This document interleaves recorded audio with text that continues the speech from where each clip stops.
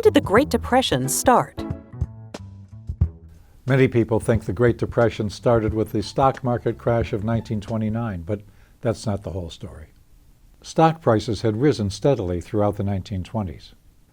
Midway through 1929, the economy weakened and a recession began. In late October, more investors wanted to sell than to buy, and the stock market plunged. But by the spring of 1930, the stock market had rallied nearly to where it was before the crash. The problem was the banks. Some banks had overextended themselves with too many loans.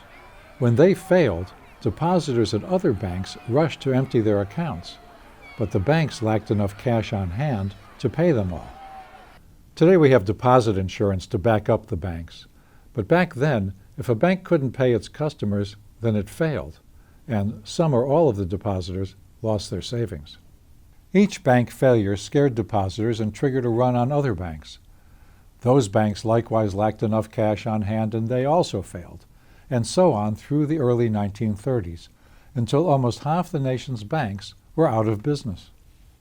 Where did people put their money then? In jars, under mattresses, anywhere but in a bank. Instead of lending money to banks to halt the panic, the Federal Reserve increased interest rates, making it harder for banks to get the money they needed to pay their depositors. The economy went into freefall.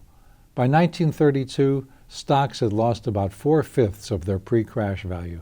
Recessions are a normal part of the business cycle. Depressions aren't. It was the short-sighted policies of the Federal Reserve that turned the crash of 1929 into the Great Depression. When did the Great Depression start? Correct answers include the Great Crash, 1929. Stock market crash of 1929.